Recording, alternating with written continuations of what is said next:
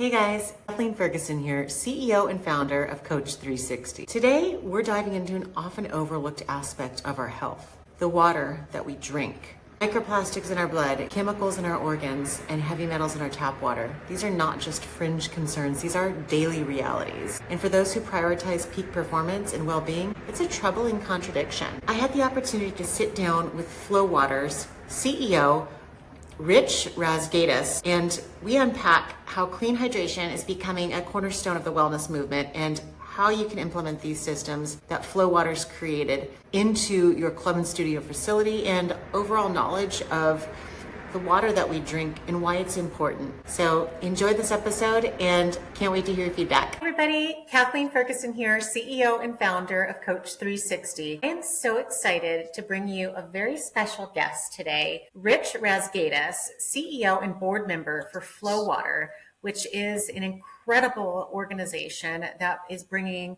high quality drinking water and dispensers all over the United States, right? Right, Raz? You go by Raz, correct? I do go by Raz. Yeah, it's nice to be on your show. Thanks, Kathleen. And yes, all over the United States. Awesome. So tell us a bit about your journey. How did you get into water and what brought you to where you are today? I think ultimately when you spend enough time in your career and you get enough years under your belt, I think all of us end up stumbling into where we are some way or another. So none of these kind of go according to plan. If things went according to plan, I'd be the president of J&J right now. And I'm not, but that's what I thought I was going to be when I was 22 years old, graduating college. And I actually did end up working for J&J. And the closest I got to being president of J&J was I was on a podcast by the former president of J&J. He used to be my former boss. So that's as close as I ever got to that. And so I had kind of a wild series of turns that led me to water. Most of my background is in tech companies and CPG companies. So, I took up and ran and led several consumer packaged goods companies in both kind of indirect as well as direct distribution, food, drug, mass, some wholesale. And then I also did a couple of tech companies. One was a competitor to Groupon, another was a competitor to 5-Star Rewards. And both those exited. I kind of the impetus to get into water was this discovery that I had of how much our kids are getting programmed by big beverage companies and big food companies. And so, just the halo around that is, tobacco companies are in a declining business model. So they're buying food companies to apply all of the addictive properties that they crafted into their cigarettes during the 50s, 60s, and 70s and applying that same type of kind of toxicity effectively into our food. And the same thing's happening with big beverage and sugary, carbonated, caffeinated drinks that kids get jacked up on. And my kids are no different. And that really was the impetus for me, is seeing my kids go to soccer games and getting rewarded kind of and programmed is how I would describe it. I mean, it's rewarded in quotes, but it really is getting programmed to be fixated on sugary, caffeinated snacks and drinks. And so that really led to me the personal impetus of rebuilding America's drinking water and my interest in doing that. And this company was founded on the conviction that every single human deserves access to clean drinking water that they can trust, that this is a fundamental human right. It's not meritocracy that should drive that. It's equality and us delivering to consumers across the United States and us as a society delivering to consumers clean drinking water. And we live in a world that doesn't exist today, even in the US. And I'm sure we'll talk a little bit more about it. But that was my driving force to get really passionate 12 years ago about this mission. And the kids, of course, are the one that I get probably most excited about. But I'm also excited about adults. There's a lot of adults. 70% of Americans are chronically dehydrated. And so when you think about the problem that causes in terms of bad eating habits or how they look or how they feel or how they recover or how they sleep. Solving hydration is a big problem to be solved, and we're competing with a lot of companies that would like not to have that problem solved because they're profiting off of it in the form of addictive chemical bottled wrapped concoctions. And so that was a really big mission part of what we're doing today. Awesome. So thank you for sharing that. So for those who are not familiar with exactly what FloWater is, how is it different? What is it? How is it different from other hydration solutions on the market? I know you brought up the microplastics, but what else is different that people need to know about and need to be educated on about FloWater? Well, Okay, so we have this problem today in the US. So let me start a little first with the problem, because once people understand the problem, the real problem, then they understand how we're solving that and what the solution is in the market. And so the problem that we have in the United States today is that drinking water is literally a chemical cocktail. And so RFK is bringing a lot of awareness to fluoride. People have a variety of different perspectives on it. I have my own perspective on it. And, we can talk about fluoride at a certain point, but I mean, the one part, and I love that it's getting attention. Like, I think it's hard, regardless of what side of the political spectrum that you sit on, not to think it's a good thing to have conversations about what is in our food and our water. So, like, thank God we're literally having conversations around this right now, and they've surfaced up in ways that we have not had in the last 10, 20, 30 years. So that said, why fluoride? I don't know why that's the topic of the day, because there are 50,000 chemicals in use in the United States today, 50,000 in manufacturing, pharmaceutical, agriculture. Fewer than 100 of those chemicals are regulated by the Safe Drinking Water Act. So the Safe Drinking Water Act of 1974, which has hardly been updated since 1974, very marginal updates, pretty much contains 94 chemicals and contaminants. So that's both chemicals as well as various contaminants like viruses and bacteria. And that's all that's regulated. And so literally today in the United States, you've got herbicidal products and pesticidal products like glyphosate, commonly known as Roundup, that are in a large portion of our drinking water. 56% of Americans have been drinking water with lead in it in the last 5 years, including kids. And American Academy of Pediatrics says the only acceptable dose of lead for kids in drinking water is 0 parts per billion, not 3, not 5, not 7, it's 0. So those are just a couple of examples. 200 million Americans drinking water with PFAS in it, forever chemical. Once it gets into your system, it's very difficult to get out, and it's in for years. So that's the real problem. We don't have a problem called if I could only find a faucet. Like, that's not the problem we have in the US.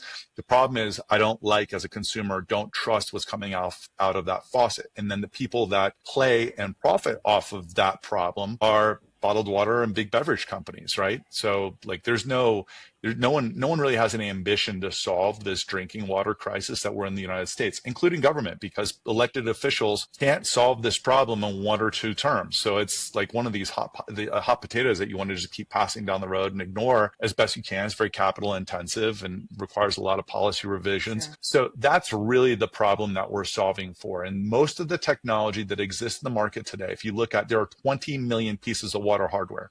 So someone might say, well, can't I just drink out of a water fountain or a water cooler or a 5-gallon jug? Well, there's 20 million of those in the United States today. And the truth of the matter is, most consumers don't like drinking out of that stuff. And if they did, there'd be no market for bottled water, and there'd be less of a market for sugar, carbonated, caffeinated drinks wrapped in plastic. So that's fact number one. Fact number two is most of those hardware products don't use anything close to today's technology to solve today's problems.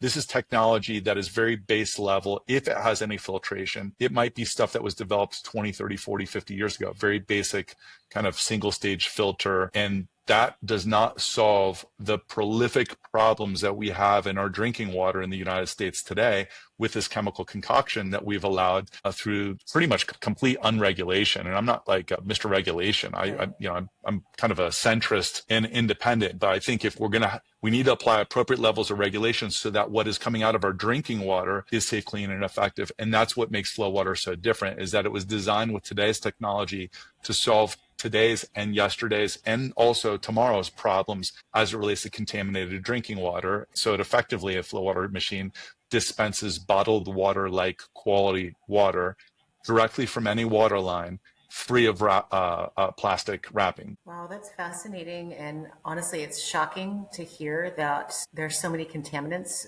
that we're just allowed to drink, and that seems to be. Well, we're just getting started. I mean, I'm just scratching the surface on the contaminants. Yeah, but yes, it is shocking. It is shocking. I just actually got back from the HFA fly-in event. I don't know if you're familiar with that, but we went there to lobby for the passing of the bipartisan bill, the FIT Act, which would essentially, allow consumers to leverage pre-tax dollars for their FSA and HFA accounts, for preventative services and preventative, just opportunities to make sure that the things that they're spending their money on keep them from, developing, these chronic diseases that could be mitigated by, modifiable behavior, as well as obesity, which is the top one. And it just makes me think about what types of policies and, what kind of reform and change have you or FloWater been able to get involved in? Is there anything out there? And I'm not educated enough on that topic. So, would just love to hear from you if you're,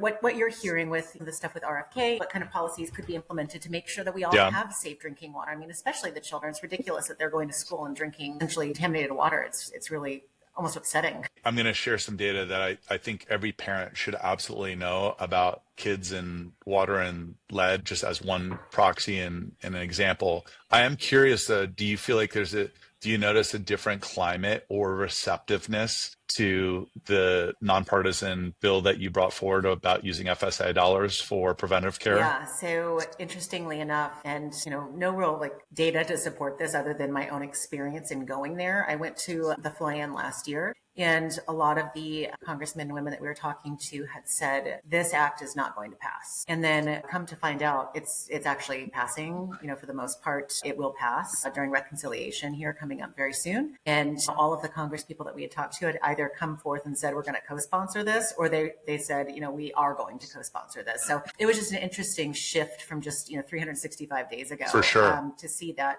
preventative has come to the forefront. It is very, very important to people in terms of what they're spending their dollars on. I mean, on average, I think we're, each of the FSA accounts they're losing about $450 per person per year, which money is just going back into these organizations and not being used. So it seems like there's a receptiveness to preventative and health and wellness as a crucial, not a luxury anymore. It's a necessity. That's the mindset now that I felt was very prevalent at this event. Yeah. Interesting. Makes sense. I mean, I think I think that does seem to be the directional climate that we're in. I mean, again, I feel like this should all be very nonpartisan, and at least the subjects that we're covering. Absolutely. Ironically, it still is very partisan in many ways, including in drinking water. And I'll just give you an example of that. I think one of the, and I consider myself I don't know that I would consider myself an environmentalist as much as a dad to two daughters who really cares about the environment and our physical bodies and that of, society, and not just limited to the United States, but that's our primary focus right now. But I do think a lot of the environmentalists have caused this problem or propagated this problem, and meaning, they did the whole plastic bottled water as bad and really kind of bullied people into not using single-use plastic water bottles. But they forgot that the problem is not that they're the plastic bottles are a byproduct of the problem. The problem is that people don't like tap water. So if you slap their hand or you vilify them or you scorn them and tell them to go drink out of the tap, and they hate tap water and they don't trust it, then they're going to just reach for energy drinks instead. If bottled water is not cool anymore, then they're going to reach for some other form of hydration or beverage, or just drink less water. And that's the problem. Is if you don't solve the problem, you're not really solving anything. All you're doing is solving for substitutes, and those substitutes maybe get a little healthier as you go. But it's a little bit like saying to me, I quit smoking. I went from Marlboro Reds to Marlboro Lights. No, all you did was quit. You just quit doing the worst thing possible to the next worst thing possible. And so all about progress in terms of stepping stones to get somebody to a certain direction. But Marlboro Lights aren't an ending point. That's just a part of your journey of smoking cessation and moving to something that's more restorative and healthy for you. And I think that same kind of theory and logic applies as it relates to our drinking water, which is we can't just make it less bad. Big beverage companies have been experts at making things less bad, or at least the perception of less bad for decades. This is what they're good at. They're good at snarkily creating these storylines that consumers buy into because they're marketing machines. And so what we've got to do is solve the problem. And what I see happening as it relates to regulation, I mean, there's not a lot that I'm doing right now. We're doing around policy and policy reform directly. What I am doing, and I did about 15 different media interviews in the last 12 weeks, some of which were local, some of which were national all over the United States, is talk about the cause and talk about the cause around clean drinking water in the United States and how every single human deserves access to that. The tragic data that exists in the US too is not only is our water a chemical cocktail, but the more marginalized and the poorer the population is, generally speaking, the dirtier your water is. So, and then on top of that, big beverage companies target those populations disproportionately because they are more profitable profitable long-term customers. So you have this double whammy effect that is absolutely devastating and tragic. Sugar hits the same neuroreceptors as heroin does. And so I'm not saying it's as bad as heroin. Sure. What I'm saying is it has the same addictive pathway and modalities. And so one of the reasons why I get so fired up about kids and soda and kids and sugary beverages is because it creates a lifelong set of patterns and behaviors that are breakable, but they're very difficult to break. And so I do a lot around evangelizing the cause, but also the problem, because when people understand what the problem truly is, then they're more apt to solve it. If they just hear, oh, bottled water is bad, then they're just going to drink out of a can, or they're going to drink out of a box, or they're going to drink out of a bottle that looks like it's a little bit more environmentally friendly with a green cap, or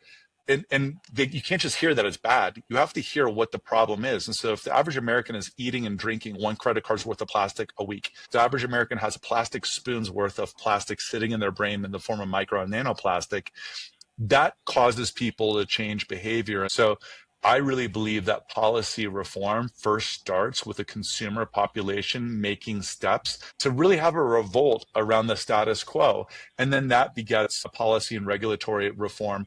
I'm also very much a free market guy. And so I think what really changes is when gym owners, when business executives and business managers, when consumers, when you're a consumer and you walk into a hotel room and you say, I'm not walking into a hotel room with single-use plastic water bottles.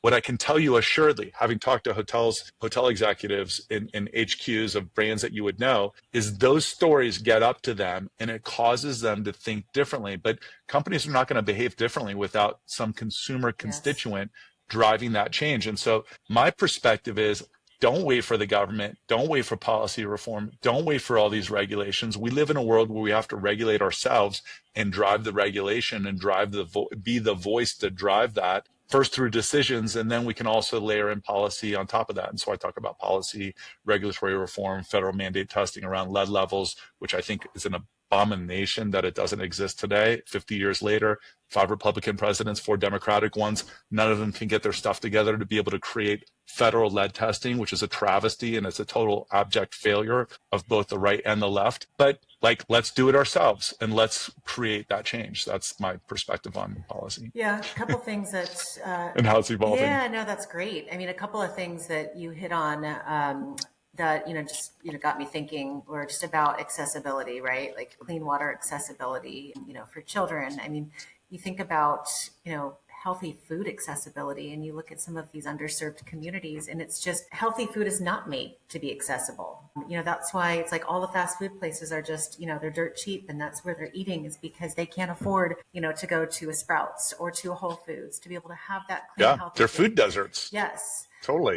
So, healthy food and healthy water accessibility. And the other thing too, that's just so ironic to me, Raz, is that these clubs and studios, these fitness, like just, speaking from my world, right? Fitness clubs and studios and the coaches and health professionals that we work with, we spend all of our time trying to figure out, okay, well, how do we help people, with their fitness or, with their wellness practices? But then at the end of the day, it's like we're serving up microplastics, to your point, in these clubs and studios. Granted, I have not seen a ton of people walking around with water bottles anymore because I feel like it's almost like walking through a gym with a cigarette. People don't have them as much, but they're still selling them. And, they're still, serving up, water fountains. So it's just interesting to me that like these clubs and studios on the fitness and wellness space don't have something like a FloWater when they should, because they're encouraging people to eat healthy. They're encouraging people to work out. They're encouraging people to strength train and to, take care of their mental well-being. But what about the water and what's in the water? Yeah, I think this is just where making sure people first understand the magnitude of the problem. Because a lot of people are like, I got a water fountain and it's fine. Or I'll tell you another totally deceptive comment that so many people have bought into, and it's not their fault. It's that they've gotten programmed to buy into this. And I hear this time and time and time again. I hear this in Denver. I hear this in San Francisco. I hear this in New York. I hear this in Sun Valley. And the data is really clear. And I can point you to a data source where everyone can kind of check their own drinking water and their own tap water through a third-party nonprofit data source. People often be like, oh, this is a problem around the United States, but in San Francisco, we have access to really clean drinking water. I heard that all the time. Hachachi, really clean drinking water source. That's not untrue to some degree. The problem is that we've got all this agricultural runoff and all decades worth of contamination that Yesterday's municipal water treatment plants were never designed to treat. So because they don't get filtered out by municipal water, we are now the filter for all of these chemical contaminants. Same thing in Denver. I hear the drinking water in Denver is clean. Well, I tell you, the problem in Denver is very similar to what it is across the United States. And you can go to a website called ewg.org, and there's a tap water database on there. You type in your zip code. It's a nonprofit, and it'll show you just a partial listing of the chemical contaminants and other contaminants that are in your drinking water in your municipal source.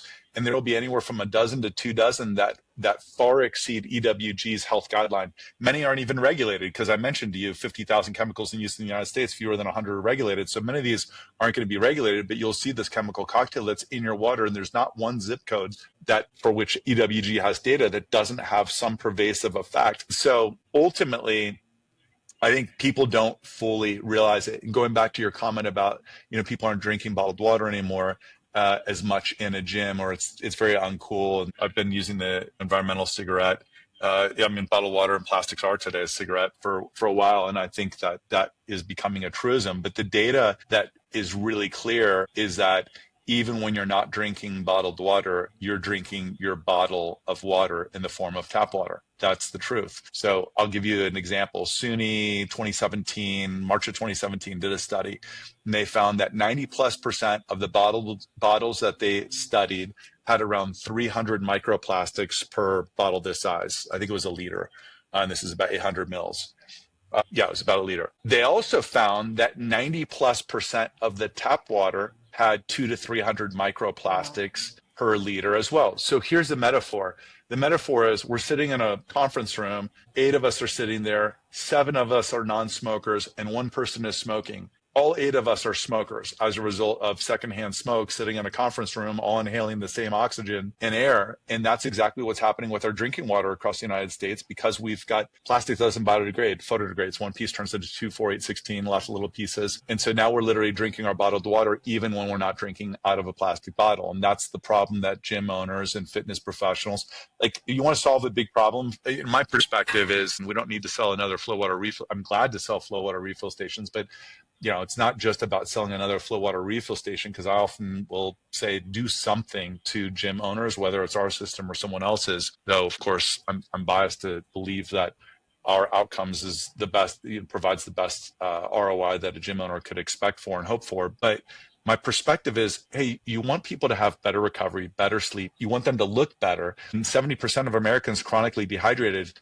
If they just got hydrated properly, they're automatically going to be like, hey, this is badass. I go to the gym, I feel better, I look better. It has material impacts on your skin and how your skin appears in youth, in the reduction of fine lines and wrinkles. And that alone, just aesthetically, is one of the reasons why it makes sense to provide clean drinking water to people. But there's a multitude of other reasons. And I think we're seeing a massive shift now underway where a gym is looking, it's a little bit like Wi-Fi in hotels. You used to have to pay for Wi-Fi when you went to hotels, and Hampton Inn made it free. And then suddenly every place that you go to now, you expect to be able to get on the interweb, and that free Wi-Fi is table stakes to get into the game to have a hotel.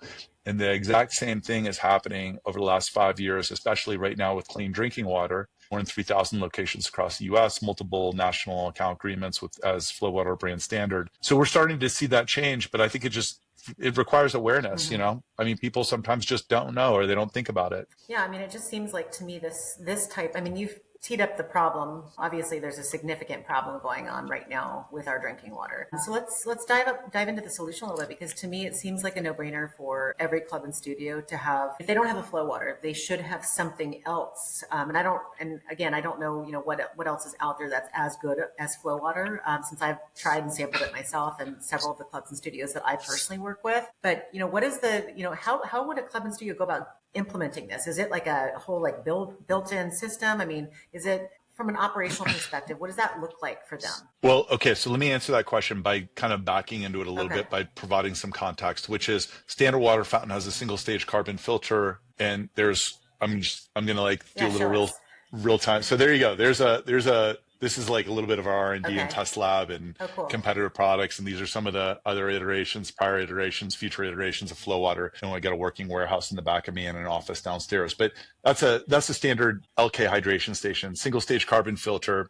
It removes microplastics to a good degree. It removes some lead, but um, it's on a scale of 1 to 10. I mean, I would just describe this as like a 1 or 2 out of 10. I mean, this is like having a Brita filter for your fridge, Sure. which is, it's better than nothing, but I'm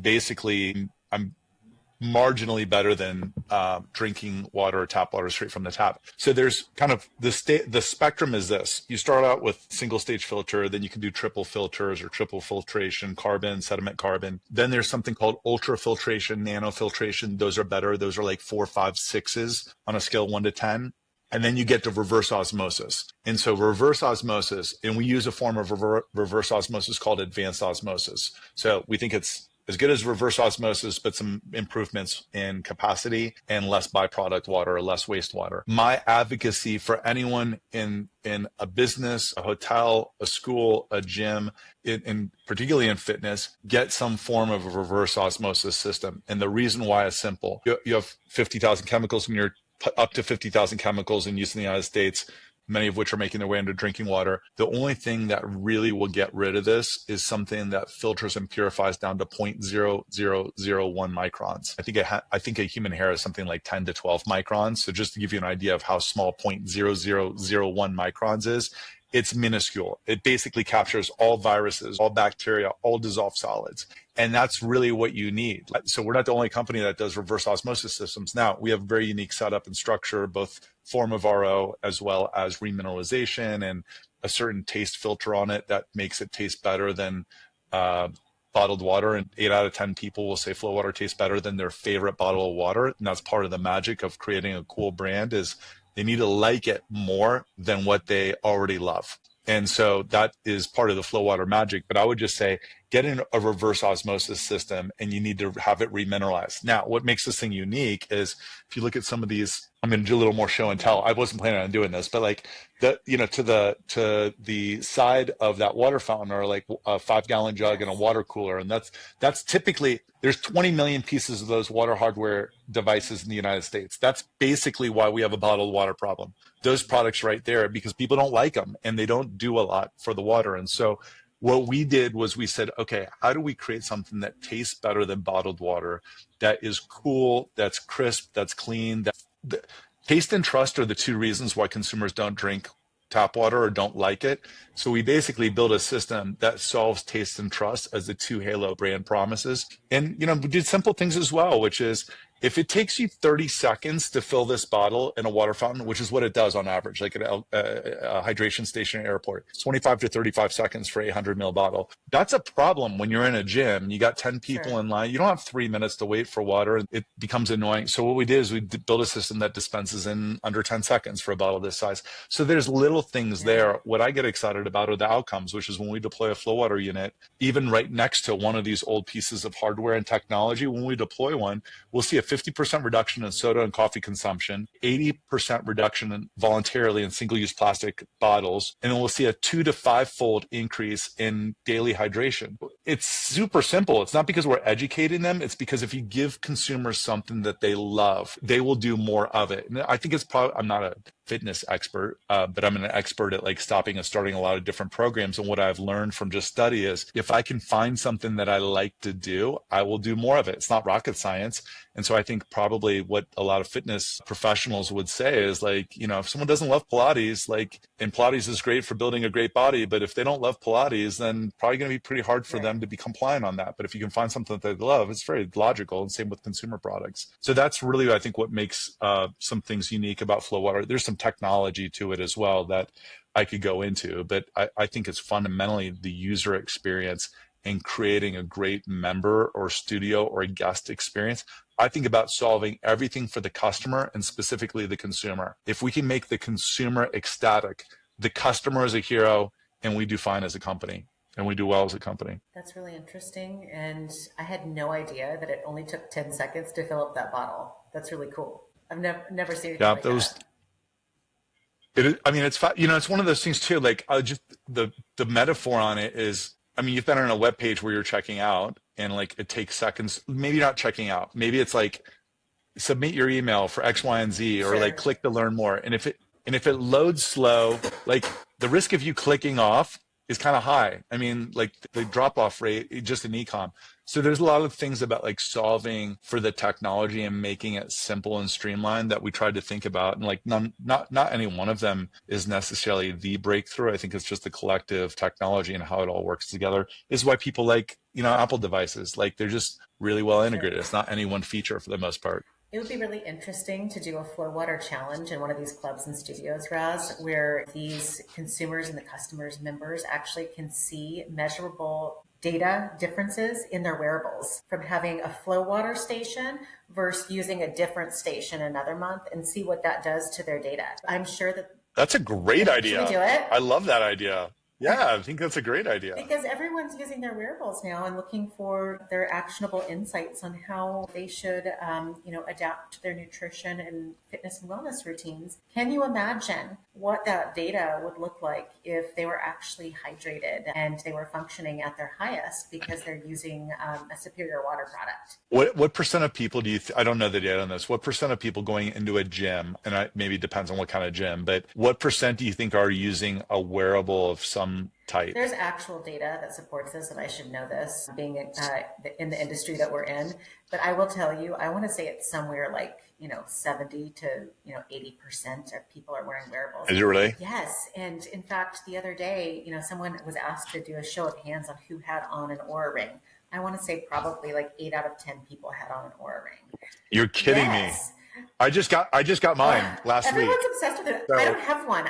I don't have an Oura ring. I feel like the last person not to have one. Well, I was the second to last then. I just didn't. I got to the point where I didn't want to wear a device like that was beeping or notifying me on stuff. So I gave up my watch, but I wanted the tracking. So this is nice because it doesn't ping me. I can ping it. Well, and the hydration levels are big for people who are working out because, the data shows, that they're just going to be functioning at a higher level. They're going to, experience less fatigue. They're going to recover faster. They're going to sleep better. Everything's just better when you're hydrated. And I know there's, a lot of education that goes into that. But yeah. I think that, having, some sort of a FloWater challenge could be a really interesting way to showcase how well it hydrates and how it creates not only a premium user experience, but actually giving people accessibility to clean water in a place where they're going to get healthy and fit, I think is extremely important. Yeah, I love that idea. I think it's a great idea. We should do that. Let's do it.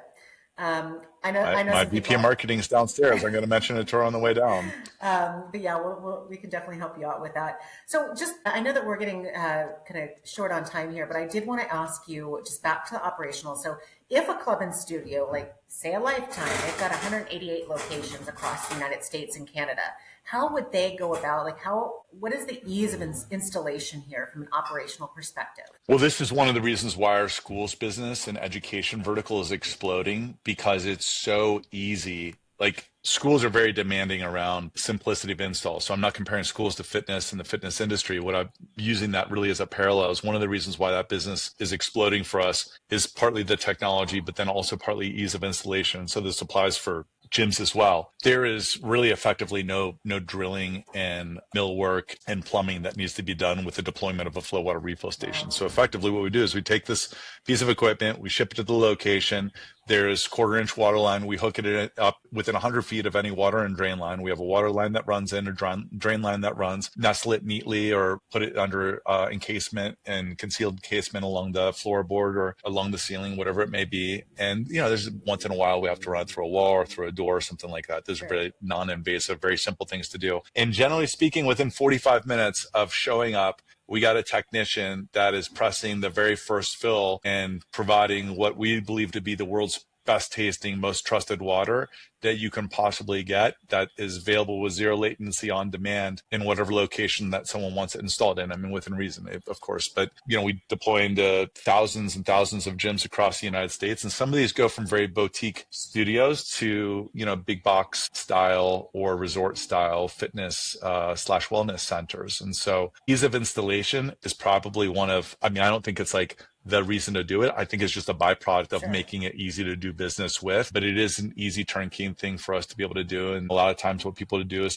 if they want to replace something, they'll often replace one of their water fountains. Like that's in schools and in gyms. That's often what we are going next to or replacing is one of the high-low water fountains. So they keep the ADA compliant one and then they put a FloWater right next to it or any number of other locations. But that's just one example. I love that because that gives these clubs and studios that have an existing water solution that maybe they, installed upon, the build. It gives them the opportunity to try FloWater without having to create this crazy, massive operational nightmare of installing and having a construction project essentially. So if you're looking at a larger facility, to your point, you said it gets annoying when you have to wait in line for water. How many of these units would each of these, let's just say, a big box gym, how many units do you guys recommend for a larger facility? It typically, and by the way, there's kind of one other, well, we'll come back to another Sure. point later. There's like three different threads that are going through my head Okay. that you kind of prompted thoughts around. But I think it generally more often than not has to do with how big is the physical space and how far do you want someone to have to walk for water. And so,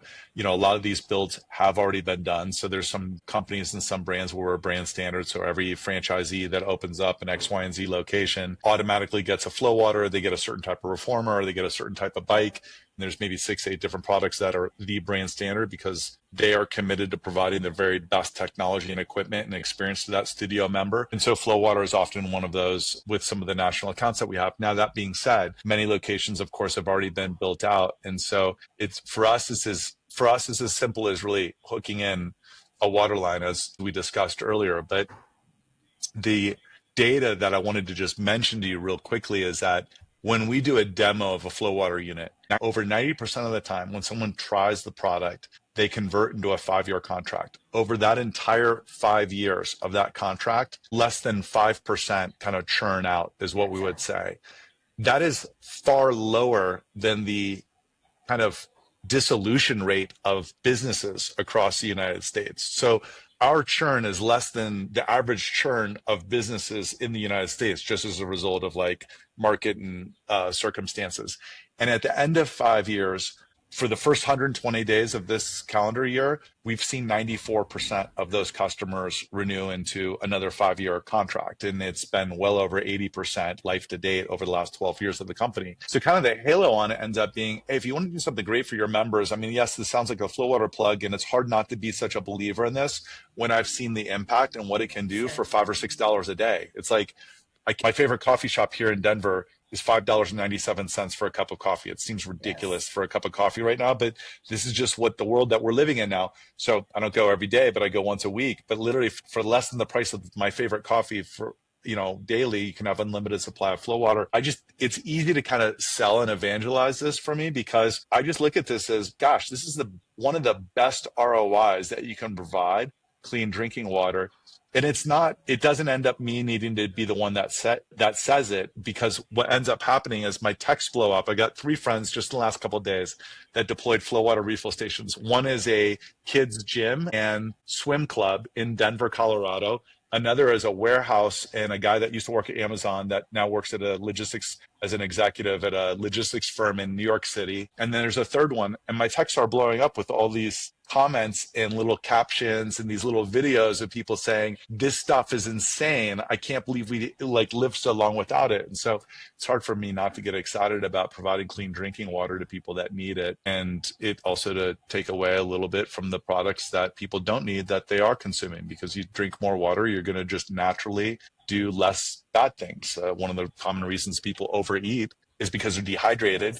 And they have water cravings, and it's manifesting in the form of a food craving. And really, your body's just saying, hey, I'm really thirsty, and it feels like a food craving. So clearly, I get excited about this for a lot of reasons. I love that. And you should be excited because, what you're doing and what you've built is impacting lives. And, when you think about the people who are installing FloWater systems into their facilities, whether it's, fitness clubs and studios or, some of the ones that you just mentioned. They're really saying to their organization and to their staff and their employees that they care about what they're drinking. They care about the quality of their drinking water. And I think that speaks to the company culture that, it keeps employees there really in the long term, is that they want to feel cared about. Excited about what you're doing. And I think that. Well, Kathleen, can I just add Yeah. something real quick though? This is a major shift that I don't think people fully appreciate is underway. And part of it is like when you're in the bubble, you just don't notice it as much. Major consumer shift that's happening right now, though, is the level of trust. I mean, this is like how civilization was formed, which is, hey, if you're in a trustworthy friends group, then like a friend of a friend is a trusted friend just by default, because like you are the sum of the company that you keep. And that principle, like that's just like a life principle that's been around since the beginning of time. But people have forgotten that principle historically as it relates to like retail or to gyms or to companies. And that is coming back in full swing, which is when I go to a store, and I'm going to be very intentional not to name stores, but there's certain places that I shop that I know that will curate for me an experience. And when they have something that's crap in there, it's jarring to me. Or I'll say something. I'll be like, hey, I don't understand why you're having X, Y, and Z product with X, Y, and Z ingredients, and you're representing to be this. I'm not alone in that though. Like this is becoming more normative. And so, it's why CVS is a great example, which is nobody remembers who the second company was that stopped drugstore that stopped selling cigarettes. Everyone remembers the first one. CVS was the very first one that said, hey, this doesn't make sense. Like here we are trying to provide people prescription products as well as wellness products to live a healthier life. I mean, still selling a lot of candy and soda and stuff like that, but at least getting rid of the cigarettes is a really positive step forward. It's insanity to me that you can go to a drugstore where you're trying to get healed or cured or treated for whatever ailment you have, and yet you can like pick up a pack of Marlboro Lights. It's like ridiculous. So now that is changing, and that changed years ago, but we're starting to see this in food stores and drugstores and supermarkets and mass merchandisers. And so I think what you're saying is dead on right, which is people are looking to that gym owner, or they're basically the ambassador. They are the influencer. So they're looking to them for, what do you have in this facility and what do you recommend to me, as an indication of like, are you walking the walk? Yeah, absolutely. And at the end of the day, these members and customers, for the most part, are paying a premium membership fee. They're paying extra for groceries from a specialized healthy grocery store. So they want a premium experience, and their expectation is that they'll have good water there and not the old school like silver drinking fountain that has all the calcified stuff on the end where your mouth goes. What you're doing is fantastic. I am so excited to get this information, this education out to clubs and studios that we work with. We have about 1,500 locations across the US. I want them all to hear about this, but how do they get in touch with you if they're interested in getting FloWater within their facility? Because I know there's going to be people who are excited about this conversation. Well, here, I'll give you a couple options. So first of all, I would just go to the drinkflowwater.com website, and you could submit your information. And I've got an amazing team throughout the entire organization where that information will get routed to the appropriate person based on what type of account it is or where it's geographically located. So that's the first thing. You can also follow us on FloWater, Instagram, and other social handles. So it's at drinkflowwater. I'm at Rich Razgaitis. But we do a fair amount of just education around what is in our drinking water and why is this a problem to be solved for, and how is FloWater part of the solution, but what are other parts of the solution? And so I think it's an interesting conversation to carry into, or to kind of migrate into for all of us. And we really just need evangelists. I mean, this is a lot like voting, in the sense that like every single person's vote matters. And so our vote as individuals, but then also as owners or managers of gyms and studios, makes a huge impact. And so we'd love to at least share more information with anyone that is interested. You could also email me, raz@drinkflowwater. And so I'm very kind of customer facing. And so I won't be involved in the full conversation, full spectrum the whole time. But I always like hearing and talking to customers and partners in this, because they end up being evangelists in this mission with us, and we're there to support them. My job is make a great consumer experience. Therefore, we are doing a great job with our customers. And I want to make the customer the hero. And the customer for us is the gym owner in the case of our conversations, or the hotel property management group, or the school and the administration and the faculty there. And so I have a company that's fixated on delivering great experiences. We're not perfect, but we will make sure that we end up being in a great situation. And that's part of what I think makes us great, is we just have this relentlessness to execute and try to deliver great experiences, because it's our mission. It's our mission. This is not a mercenary movement. This is a missionary movement for us. I love that. And, I just want to put this out there, and to recap this conversation,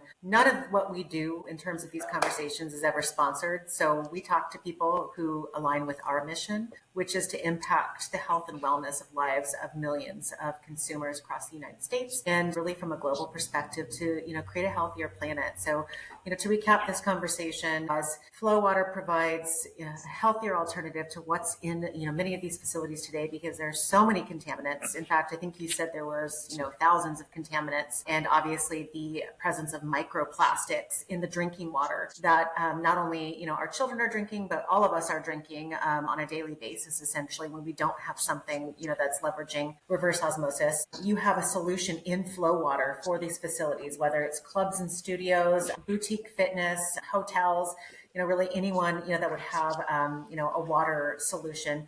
You have created a solution in FloWater that's going to give them healthier water on demand at the perfect temperature, and, really ensure that they're getting a top quality water for themselves, their staff, their employees, and their customers in FloWater, so that they know with confidence that they're drinking something that's not going to potentially hurt them or cause chronic disease in the long term. So I know I'm simplifying it a lot, but I just want everyone out there to know that this is something that, can really enhance hydration, your life and your customers' lives, and really create a premium drinking water experience for them within those facilities. Kathleen, that was a great recap, by the way.